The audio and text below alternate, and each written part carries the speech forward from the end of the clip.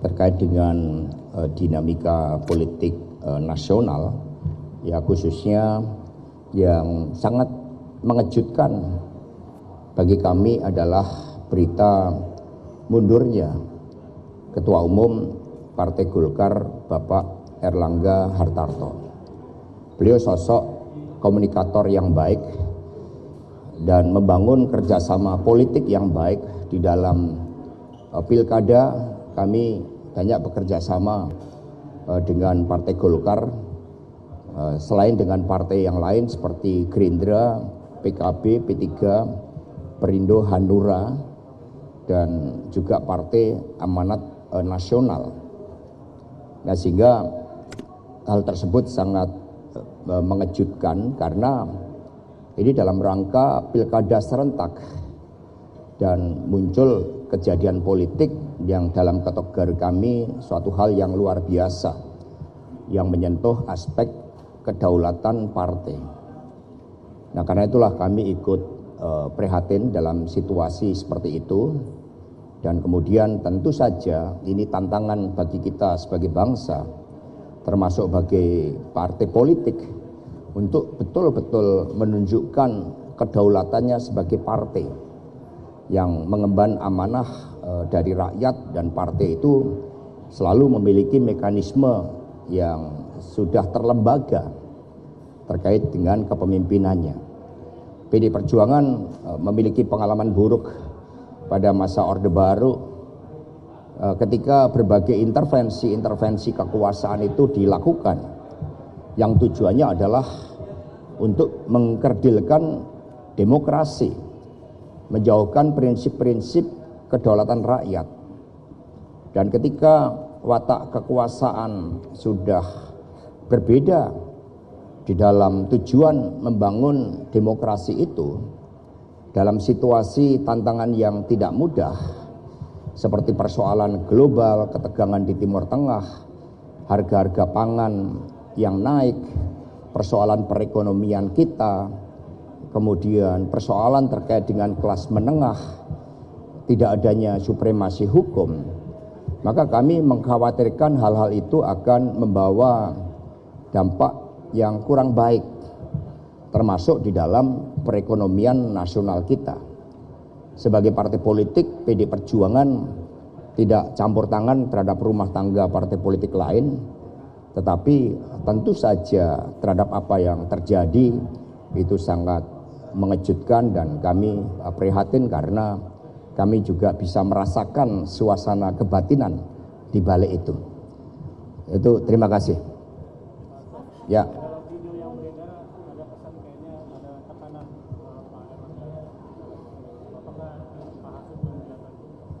Ya, kalau proses itu sebagai wacana publik, sebagai hal-hal yang dirasakan, sebenarnya sudah terjadi jauh sebelumnya.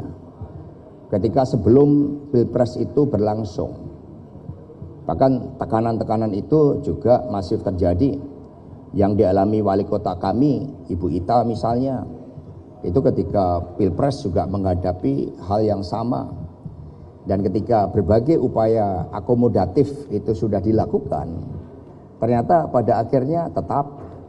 Maka ini menjadi suatu pelajaran yang berharga bagaimana kita harus betul-betul kokoh menghadapi tekanan apapun, ya kita harus kuat.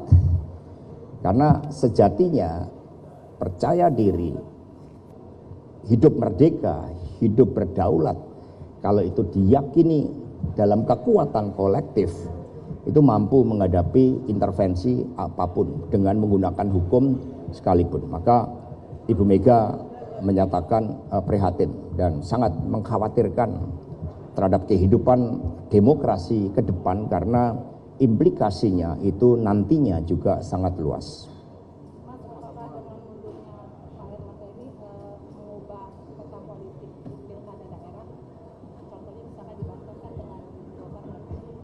Ada indikasi seperti itu, tetapi kalau di tingkat kabupaten kota itu relatif konfigurasinya menunjukkan representasi dari peta politik yang ada di daerah.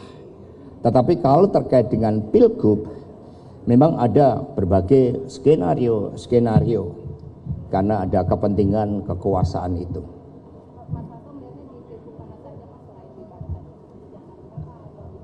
Ya, terutama daerah-daerah yang padat penduduk. Karena ada yang berpikiran bahwa ini pilkada serentak dan tidak terjadi lagi 5 tahun ke depan.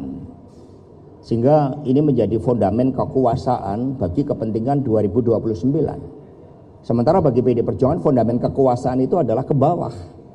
Memperkuat rakyat, mengatasi kemiskinan ekstrim, membangun kedaulatan pangan untuk kesejahteraan petani. Itu fondamen politik, bukan dengan melakukan suatu pengaturan kekuasaan, apalagi dengan menggunakan hukum sebagai alat kekuasaan untuk menyiapkan 2029. Itu elitis dan itu meninggalkan seluruh logika demokrasi dari rakyat, oleh rakyat, dan untuk rakyat.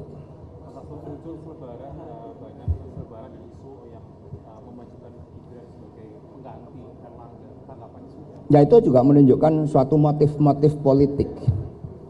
Sehingga kemudian ada yang menggunakan itu bagi kepentingan kekuasaan tadi. Maka PD Perjuangan kami mendoakan agar setiap partai politik betul-betul dapat menjaga kedaulatannya yang berada di tangan anggota. Kedaulatan itu bukan berada di pucuk kekuasaan.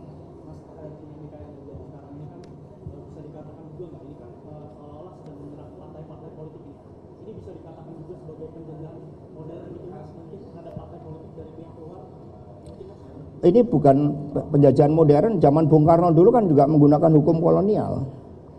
Bung Karno diadili, dipenjara, jadi suka miskin, penjara Bancai, kemudian dijauhkan dari rakyat, dibuang di Ende. Tetapi bagi seorang politisi kenegarawanan yang menempuh jalan keyakinan bahwa politik itu kehidupan untuk kemajuan rakyat, bangsa, dan negara, apapun yang dihadapi akan selalu tegar. Maka Bung Karno mengatakan, saya masuk penjara dengan kepala tegak, saya keluar dengan kepala yang lebih tegak. Sehingga bagi PD Perjuangan, meskipun bentuk-bentuk penjajahan baru dengan menggunakan hukum itu terjadi, tapi sejarah perjuangan kita membuktikan tidak ada kekuasaan yang langgeng, apalagi ketika kekuasaan itu dibangun dengan intimidasi, dibangun dengan kepentingan sempit.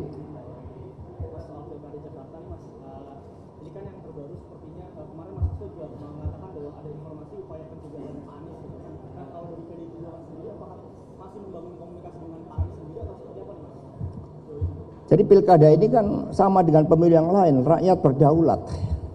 Tetapi ada mengkhawatirkan kompetisi karena popularitas elektoral figur-figur tertentu. Sehingga kemudian ada yang tidak mau masuk ranah kontestasi yang sehat itu.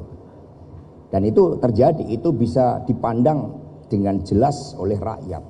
Kami mengkhawatirkan terjadinya arus balik karena demokrasi tidak bisa dibendung. Setebal apapun bendungan kekuasaan itu dibangun, ketika kemerdekaan itu dipenjarakan, maka akan muncul daya gerak untuk melakukan koreksi. Itu yang diyakini dari seluruh pengalaman historis PDI Perjuangan.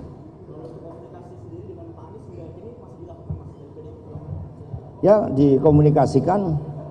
Kemarin Pak Anies misalnya datang ke pondok pesantren yang dipimpin oleh Abah Kiai Haji Sarif Hidayatullah. Ya, beliau juga mengkomunikasikan. Jadi ada proses spiritual juga. Jadi kami juga terus bergerak di Sumatera Utara. Kemarin sudah dilakukan apel Satgas untuk menjaga marwah partai. Jadi setiap Sabtu, Minggu kami mengadakan apel Satgas. Tapi kami juga tidak melupakan tugas kerakyatan.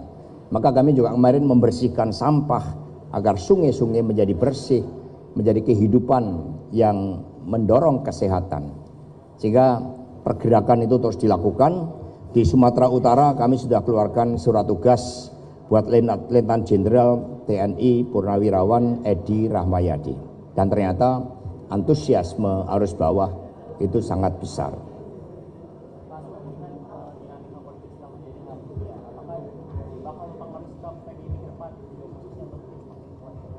Semua seperti hukum alam itu ada aksi reaksi, ada dinamika, ada dialektika.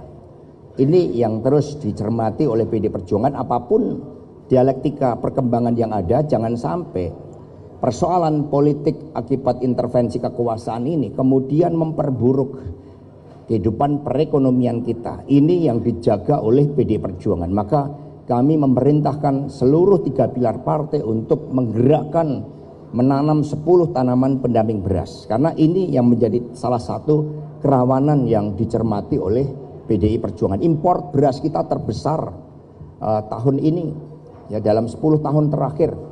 Ini sangat disayangkan. Artinya nilai tukar petani selama 9 tahun terakhir itu hanya 101%.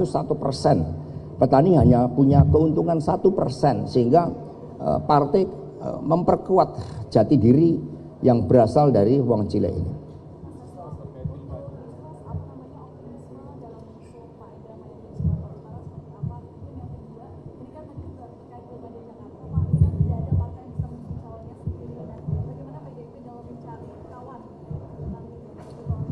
Ketika ada pihak-pihak yang mencoba untuk membangun satu calon atau kotak kosong, maka KPU nanti akan memberikan ruang 1 minggu perpanjangan.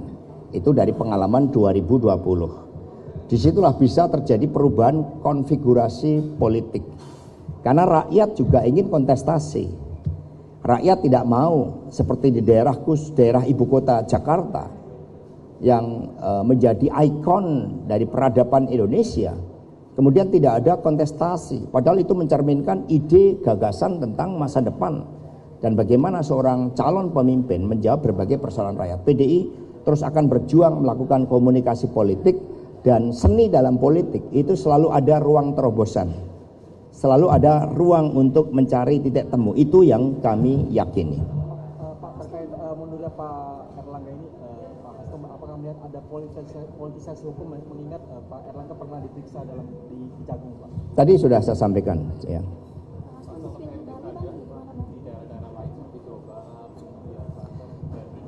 Ya, kita tetap, ya istilahnya, ini kan bagikan permainan dalam sepak bola.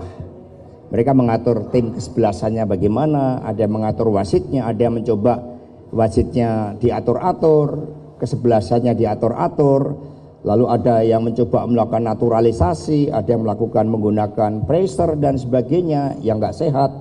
Maka kami berdiri pada aturan main, sehingga biarlah mereka yang mencoba menyempitkan makna kontestasi dalam demokrasi. Yang penting PD Perjuangan tetap konsolidasi dan tetap melakukan komunikasi politik dengan partai lain, ya. Kami lakukan partai lain, dan untuk itu nanti pada hari Rabu tanggal 14 Agustus, maaf, masih ingat Pilpres. Jadi pada tanggal 14 Agustus, jadi hari Rabu 14 Agustus itu nanti kami akan mengumumkan, ya, Ibu Megawati Soekarno Putri akan mengumumkan calon kepala daerah dan calon wakil kepala daerah yang gelombang pertama. Ya, tunggu tanggal 14 Agustus. Ya, 14 Agustus nanti akan disampaikan. Ya, termasuk nanti lengkap mencerminkan seluruh Indonesia. Karena pijakan PD ini kan Indonesia untuk Indonesia Raya, maka yang diumumkan itu nanti merepresentasikan Indonesia kita. Ada yang dari Aceh, ada yang dari Papua, ada yang dari Jawa, Sumatera, Kalimantan, Maluku, pokoknya Kalimantan lengkap.